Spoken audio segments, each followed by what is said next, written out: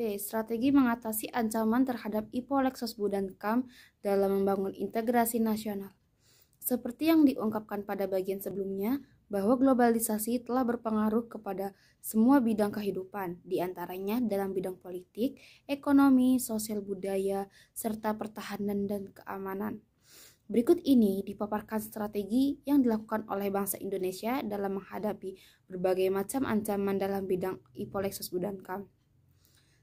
1. Strategi mengatasi ancaman di bidang ideologi dan politik. Ada 4 hal yang selalu dikedepankan oleh globalisasi dalam bidang ideologi dan politik, yaitu demokrasi, kebebasan, keterbukaan, dan hak asasi manusia. Adapun cara untuk mewujudkannya: A. Mengembangkan demokrasi politik.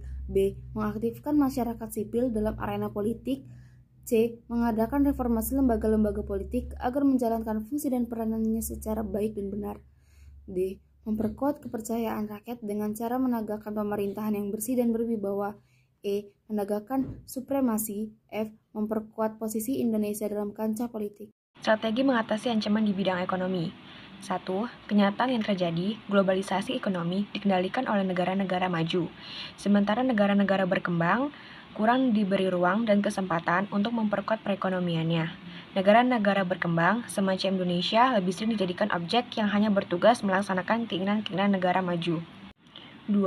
Sistem ekonomi kerakyatan merupakan senjata ampuh untuk melumpuhkan ancaman di bidang ekonomi dan memperkuat kemandirian bangsa kita dalam segala hal. Langkah-langkah yang harus dihadapi. A. Sistem ekonomi dikembangkan untuk memperkuat produksi domestik bagi pasar dalam negeri sehingga dapat memperkuat perekonomian rakyat. B.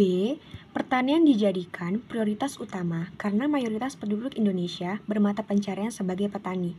Industri-industri haruslah menggunakan bahan baku dalam negeri sehingga tidak bergantung impor dari luar negeri.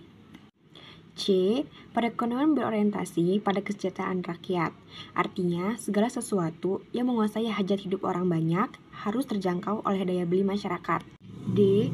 Tidak bergantung pada badan-badan multilateral seperti IMF, Bank Dunia, dan WTO.